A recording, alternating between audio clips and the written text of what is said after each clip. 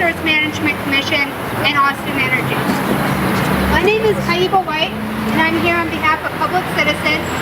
And I'm going to let a lot of other community advocates have the bulk of the time tonight.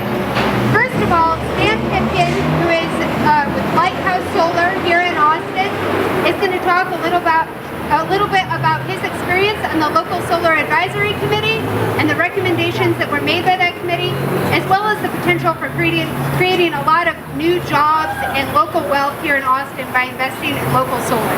Here's Stan. I'd like to speak, like Haiba said, on my experience with the LSAC, as well as why I think local solar is the best way for Austin Energy to leverage its investment in renewable energy. Imagine this, that the day that we thought one day would come came yesterday. That's to say that solar is here. It's happening now. It's not a future. It's real. Last year alone in the United States, installations amounted to 1 million houses worth of electricity for solar. It was a 41% increase over the year before. We're not talking about one day it will come. We're talking about we need to get ready for the tidal wave and still meet the affordability goals. Why is that important? Why is local solar? That's to say the solar across the street on the roof of the parking garage, across the street on the roof of the Palmer Event Center, throughout the neighborhood behind us and elsewhere throughout the city. That solar in our community. It's on the buildings we live in, the buildings we work in, the carports we park under, sunshades we sit under in the park. It's solar everywhere. It's solar you can see. It's solar it's put on by people that live in this community. Solar has inherent benefits wherever it's put. We believe, we know it to be true that solar has greater value when it's placed right where you need it. You have backup with professional engineers, project managers, there's career installers, managers, financing institutions take part, suppliers. It's an ecosystem. It's not a business that comes into our community and then goes away. It's not the wildcatting that happens in North Dakota or south of San Antonio in the Marcellus Shale. In New York, it's people that stay here. We invest in this community. The dollars stay here. That's local solar. Retains jobs in many different fashions. That's what I'm excited about. It's a way to leverage Austin Energy's leadership investment to date. We think we can leverage it into a stronger position. The generation plan at this time, we have an option to push for what we believe in, what we think the future of energy is in Austin, and how we take leadership across Texas. We live right by the power plant, and we see it and we feel it every day. We have a group of pecan farmers in our area that our trees have been completely destroyed by the emissions from the power plant. They are totally dead, non-productive trees. And our orchard started in 1898, lived all these years, made a living for our entire family, and today you may as well say it does not exist. And I have some of my neighbors here with me that can attest to the same fact. Austin Energy to move to renewable energy, and possibly even the other company involved in that power plant, but mainly the water resource issue is never going to get any better until we start to find renewable sources of energy that work and help to save water and use water for the right purposes. So thank you. So we are far too progressive as a community to live by means of dirty, polluting energy, sources that leave land completely destroyed and water supplies tainted, and our air polluted. Our natural world is being destroyed and depleted, and that means as are we. As a youthful citizen who is concerned about my future, who supports clean energy alternatives such as wind and solar power, and who wants to see our city leaders prove that Austin can sustain a healthier, more affordable future for our city. And train our local low-income citizens to do that work. It's good work, it's good pay, and it's clean. It's a clean job. So once again, according to a recent NAACP report on just energy policies, the best thing we can do is run, not walk, towards clean energy and clean energy jobs. Thank you. So we're going to get started with the song here in a minute, but just to recap, folks, thank you to our speakers. Let's give them a nice round of applause one more time. A little bit, yeah. For now, my name is Dave Cortez. I'm the organizer with the Sierra Club Young Cool campaign. I'll be in another character in just a few minutes. Really? But all these folks are here to demand action on climate change. It's pretty straightforward. Austin Energy has expressed that they do not want to set long-term energy goals.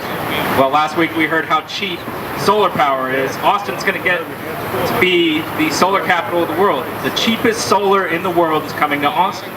So why wouldn't we want to strengthen those long-term goals? Why? Nobody knows.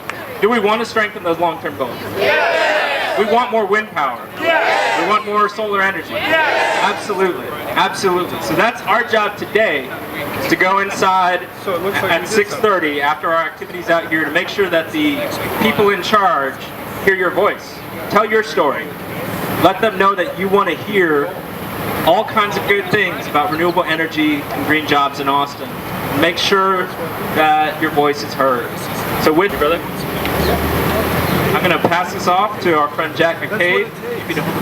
That's going to drive. I mean, these guys. I got a little tune I put together yesterday, just for today. Austin, Austin, get on board. Austin, Austin, get on board. We can do a whole lot more. We can be a model city for sure. Imagine Austin, if you will, basking in sunlight, energy filled. We don't need no coal no more. We've got better ideas in store.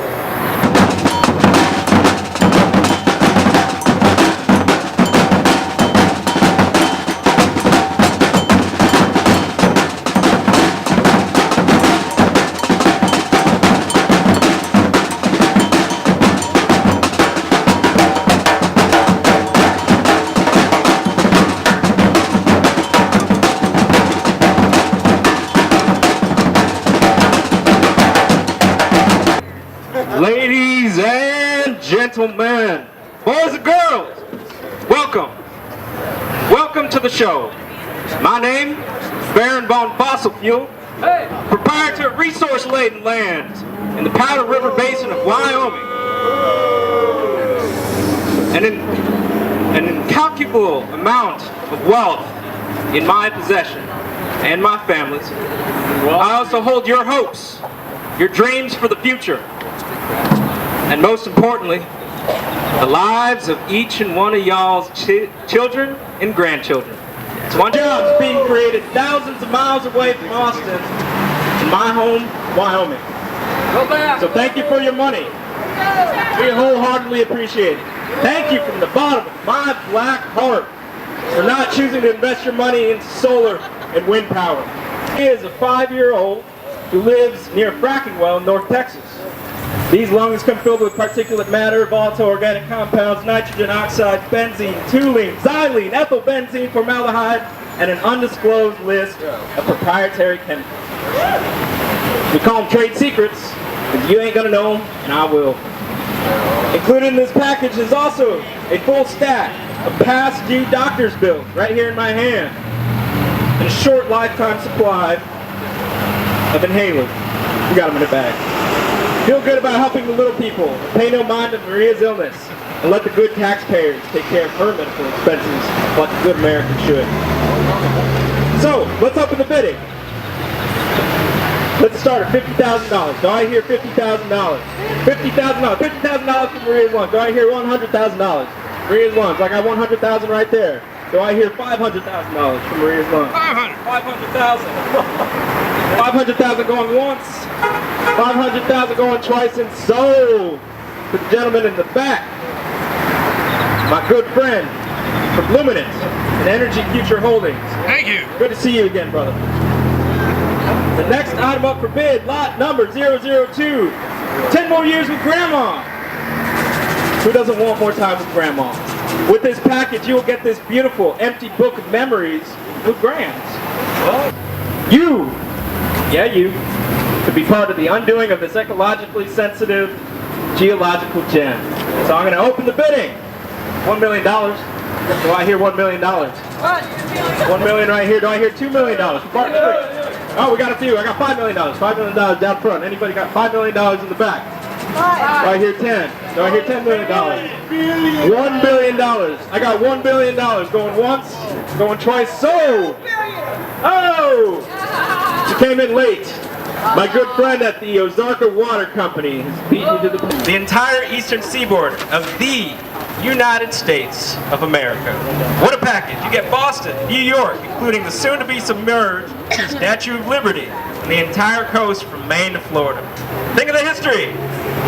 The eastern seaboard is the ultimate soon-to-be underwater getaway. Noise doesn't carry the same way underwater.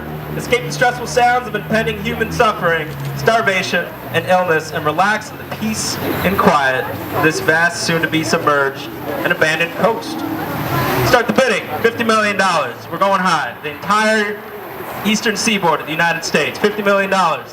50. $50 million. Do I hear 55? 60. $60 million. Going once, going twice, 70. $70 million. Sold to the lady here in the green.